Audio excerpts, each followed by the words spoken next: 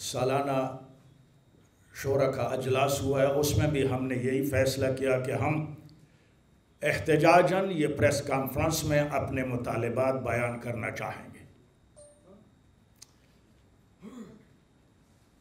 یہ جو ہمارے تحفظات ہیں اس میں نمبر 1 یہ ہے کہ ڈی آئی خان کا جو کوٹلی امام حسین کا مسئلہ ہے وہ 1800 سے 27 کا نال 9 مرلے کی جگہ حضرت امام حسین علیہ السلام پہ تھی۔ 328 وہ ریونیو منسٹر امین گنڈکپور صاحب نے اپنے دور میں اس میں 9 کنال انتقال کر دیا گیا ہے اوقاف کو۔ ہم یہ مطالبہ کرتے ہیں کہ وہ فی الفور واپس کر دیا جائے اور اپنے کوٹلی امام حسین حضرت امام حسین علیہ السلام کے نام پہ جو تھا ویسا ہی کر دیا جائے۔ دوسرا مطالبہ ہمارا پی ٹی آئی حکومت سے یہ ہے کہ کے ڈی اے کوہاٹ میں ہائی کورٹ کے جج نے فیصلہ دیا ہے کہ مکتب تشیع کو مسجد کے لیے جگہ دے دیں، پلاٹ الاٹ کریں۔ کوہاٹ کے انتظامیہ نے آج تک وہ پلاٹ الاٹ نہیں کیا تاکہ اس میں ہم مسجد بنا سکیں، اور میں حیران ہوں کہ پاکستان میں رہ کر مسجد کے لیے کئی سالوں سے مطالبہ کریں کہ ہمیں پلاٹ الاٹ کریں تاکہ ہم مسجد بنائیں، اس میں عبادت الہی کریں۔ اور جو وہاں زہرا حسینیہ ہال کے حوالے سے تھا اس کو انتظامیہ کوہاٹ نے تالا لگا دیا۔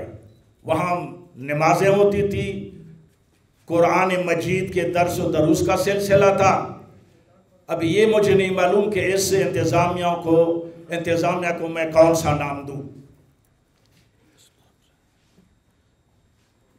تیسرا مطالبہ جو ہے پڑا چنار کا، پڑا چنار میں ہمارے تحصیل میئر کو فنڈ نہیں دے رہے تاکہ وہ عوام کی خدمت کرے۔